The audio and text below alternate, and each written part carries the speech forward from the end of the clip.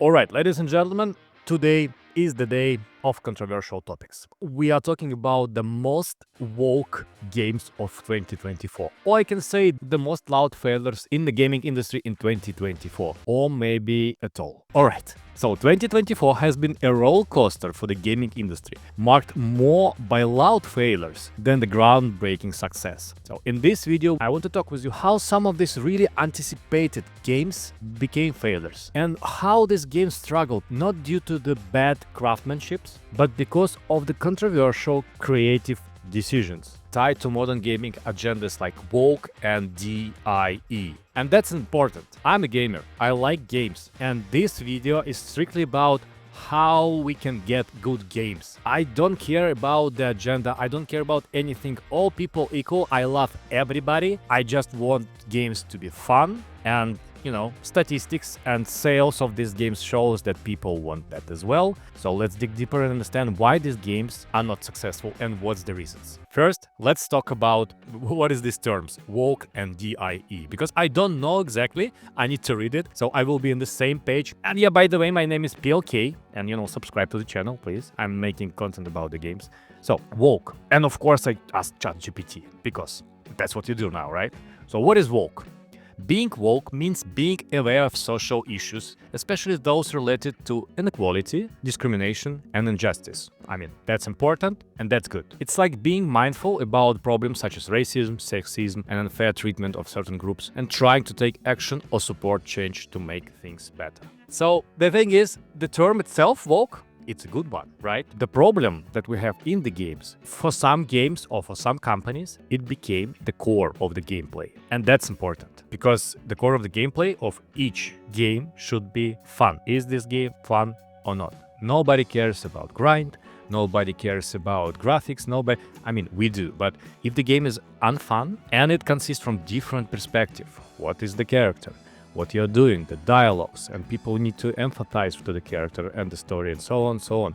But if the core is just this agenda, logically, we will lose some really important stuff in the games. And I don't try to say that, let's erase all this woke from the games. No, but the core of the game should be, is it fun or not, right? The gameplay. Anyway, what's DEI? I said before DIE. Okay, I'm stupid. I don't even know what does it mean, right? So what is DEI? DEI stands for diversity, equity, and inclusion. Okay, so in simple terms, DEI is about ensuring everyone has a fair chance to succeed and feels accepted, no matter their differences. I agree with that 100% as well. Nothing bad with these two terms.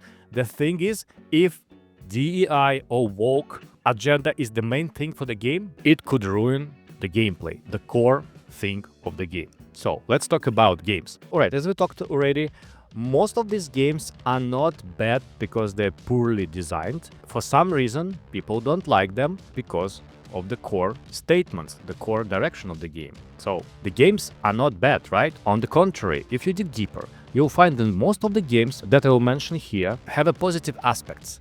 Yet, without exception, they all exhibit glaring symptoms of the modern game development plague, woke and DEI agendas, as the core thing, right? Unfortunately, this curse has taken over the entire industry. Don't get me wrong one more time. I have no issue with the game featuring a woman or non-white man as the protagonist. As I said, I don't actually care, because many games with such protagonists in the past have been celebrated by the gaming community, with some becoming timeless masterpieces. So it's not about the race or equity or any of this stuff. But the modern agenda goes further. For reasons unknown to us, unfortunately, developers seem to focus not on the gameplay, but onto the agenda in the games. It doesn't even make sense, because it's games. It should be about the gameplay, right? And as proven recently by the relentless critic of the gaming agenda, Mark Kern, reasonable gamers don't want to buy woke garbage, even when it's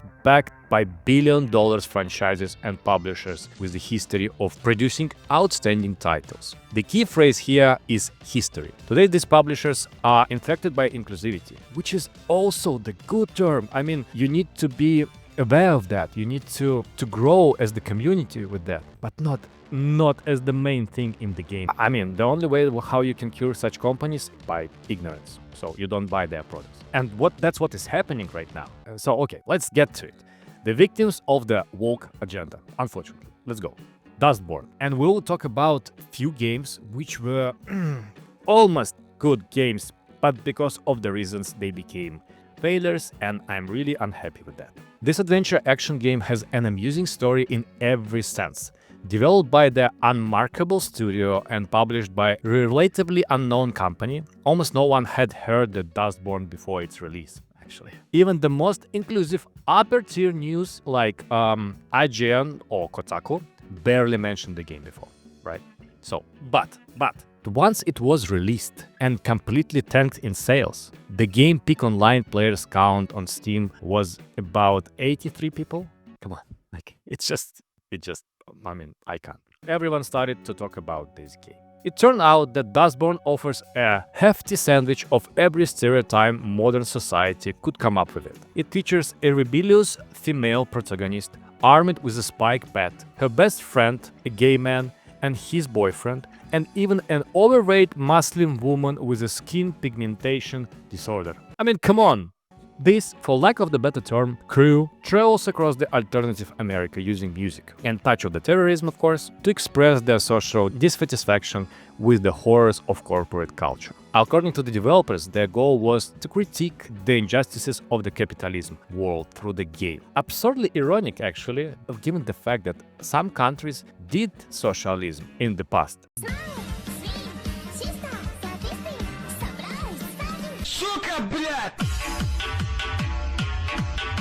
And nobody likes it, right? So we moved to capitalism. Now in the game we're protesting against the capitalism, the very system that allowed us to create and release this game. I mean, bees against honey, or I don't know, honestly, come on. So no surprise that product sold around only 2,000 copies overall in the first week. And you know, it's not only my opinion, we can check the reviews of the game. I just opened the reviews and it's like all of them. It's not only bad reviews, it's all of them, but I don't see even one positive review. And people saying different stuff, but mostly is finished Dustborn and had to cleanse my palate with the Skyrim after that. Dustborn is not a game, stop posing as one. One of the worst games I played in the last 5 years. The music is not enjoyable, the gameplay is paper thin, and the characters all hate each other. And I see that many times, that the characters all hate each other in this game, and it's like really depressing to play.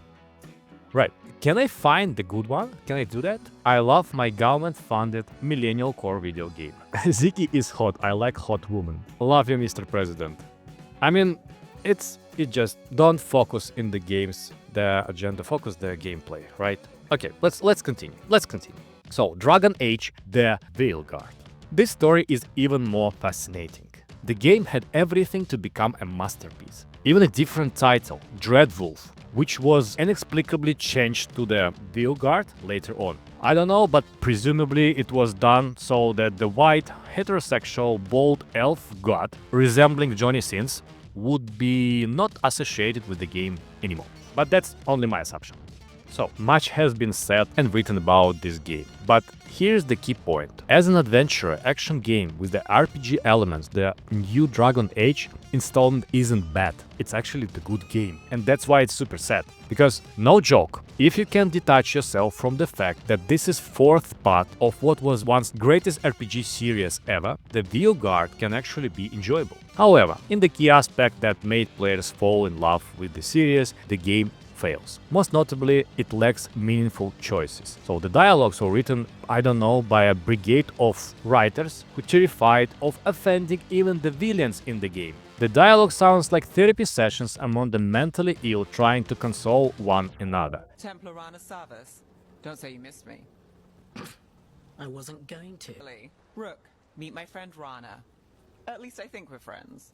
It's so obnoxious. And the fact that you can make a male character chest size larger than the female's, that says it all. So the result, while Electronic Arts hasn't released exact sales figures of Dragon Age, you don't need to be the Sherlock Holmes to realize they fell far short of expectations. This was even confirmed by the game director, and it was like, Dragon Age will took a while to reach expected sales levels, what he said. So the question is how you can mess up with such beloved franchise.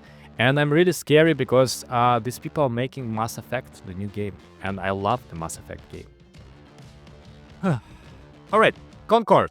It's hard to not laugh about this. I'm sorry. It's hard not to laugh about this game when you're collecting information about this game. So, Sony's attempt to create a competitor to the Overwatch, hello Marvel rivals, turned to be loudest industry failure of 2024, or perhaps ever, like in gaming history. So, a staggering $400 million was spent to make this game. $400 million. Man, I mean, come on. So, developed over 8 years by Firewalk Studios, which Sony overestimated and fully acquired, Concord was a disaster. In trying to appraise the certain well-known fund, BlackRock, the developers failed to create even a single interesting or likable or beautiful character. And you can see all of these reviews on the internet and you can check them, but that's the fact. Imagine that even official gaming media websites, we know them, right, gave them score of 62 from 100. So even if they did that, how must the gameplay have been?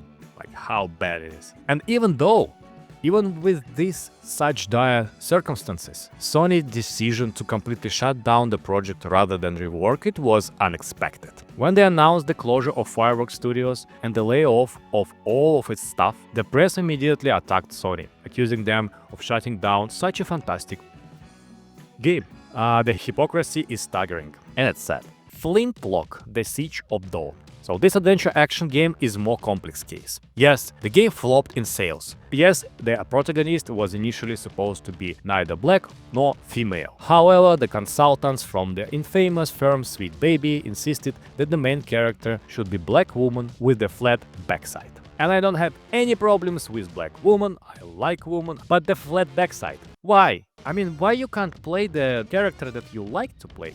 Okay, no words. Actually, you have a good example, the Stellar Blade. Yes, of course, all the men playing this game because of the boobs and big ass. But, I mean, sales is the good statistics. And, you know, if you compare sales in Stellar Blade and this game, I don't say that only the ass is most important for the game. But I say that why you need to change this? Just make the good character. And it should be interesting character. Not because of the agenda, but the character should be interesting.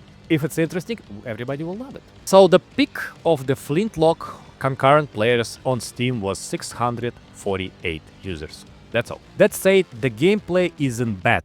And that's why I said the gameplay isn't bad. While it's not the best in its genre, it's a decent action game with a touch of popular Souls-like style. The game has clunky controls, a simplicity combat system, and maybe a lot of grind, but yet, none of these issues outright bury the game. The conclusion, players refused to buy this game because Sweet Baby came and changed the agenda. And maybe it's because even Sweet Baby, because nobody likes these guys. Right, the next one is Suicide Squad, Kill the Justice League.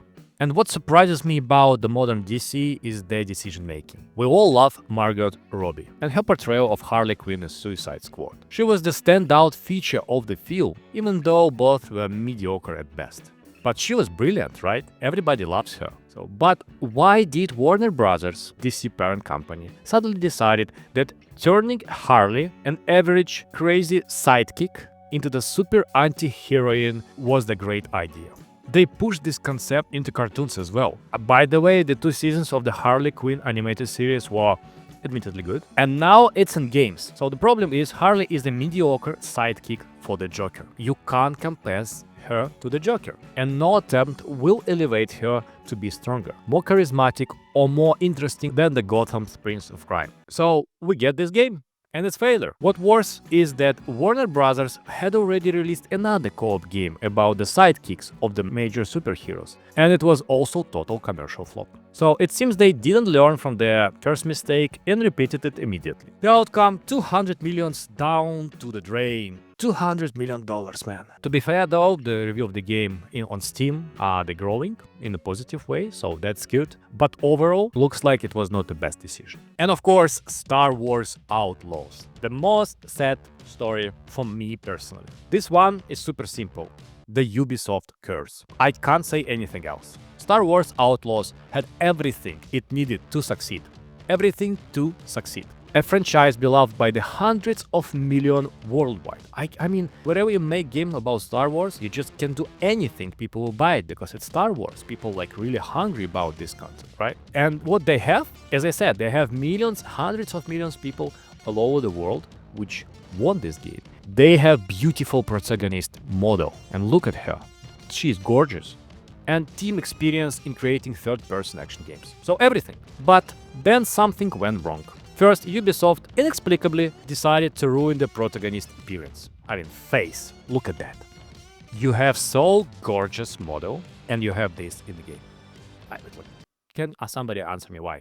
It's even not about agenda, they just make her ugly. Like, why? Massive Entertainment, the really good studio, which have so many experience in the shooter games, instead focus on the dull stealth mechanics and the audience mood. And of course, the audience mood was soured by the terrible Star Wars TV series like The Acolyte. And why these TV series were bad? Because people who make this series didn't want to make the series for the audience of the Star Wars, but make it for something else, I don't know. So overall, it all culminated as a disaster. Add to this a mediocre story, flight mechanics that were nothing like the promised excitement, and the Ubisoft generally poor reputations right now. It's actually in trend right now to hate Ubisoft. So it's another commercial failure. This led Ubisoft delaying the release of Assassin's Creed Shadows to the February of 2025, in hope that the gamers will cool off, which is, I think, logical decision. But the problem is, as I understand, the Assassin's Creed Shadows is the last game for the Sony. If it will be failure,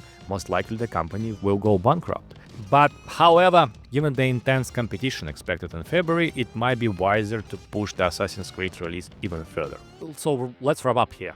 WoW games went crazy this year. And, people didn't buy these games. So maybe this will help the investors of the studios to understand that players want to play good games and they don't care about the agenda. They want good characters, good games, and we actually don't care about anything else, right? So that's all from my side. If you like the video, please like the video. If you don't like the video, please, don't like the video, but comment below why. What do you think about this agenda? Subscribe to this channel. And this type of the videos are not typical for my content, so please react somehow in comments or like or dislike, so I understand, are you guys into such of the content or not? So it was PLK. I was really happy to see you play good games, guys, and I will see you next one. Bye.